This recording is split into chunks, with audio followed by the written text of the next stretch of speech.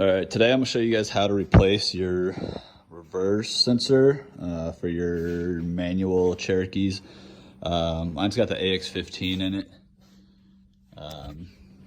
It's a 97, so I think that goes to 99, but I may be wrong.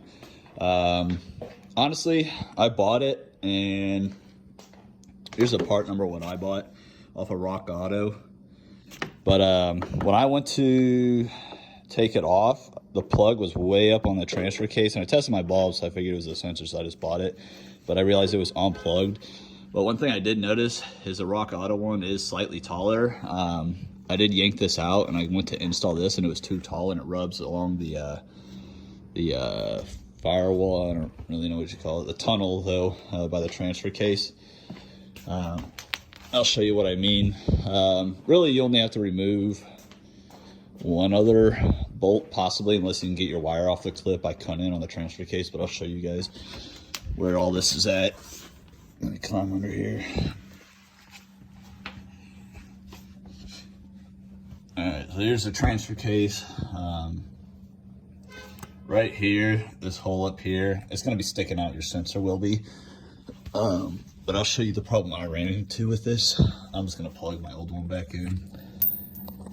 The washer fell out, but that don't matter. So, I mean, you try to wiggle this in here if you get that wire out the way. But when you do, you're hitting your wall with the sensor.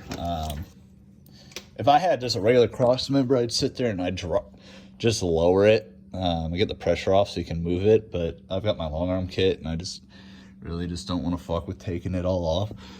I know my old sensor works, so whatever, we're just going to throw it back on. But the other bolt had a low battery thing. But you don't really have to take this off. It's going to go up right in there on that top one. It's just your transfer case bolt. But I couldn't get this clip off because it's just tied up there. I don't even have sausage fingers, so I can only imagine how some of you guys will get that off. So it's just a 15 millimeter. I just found it easier to get off.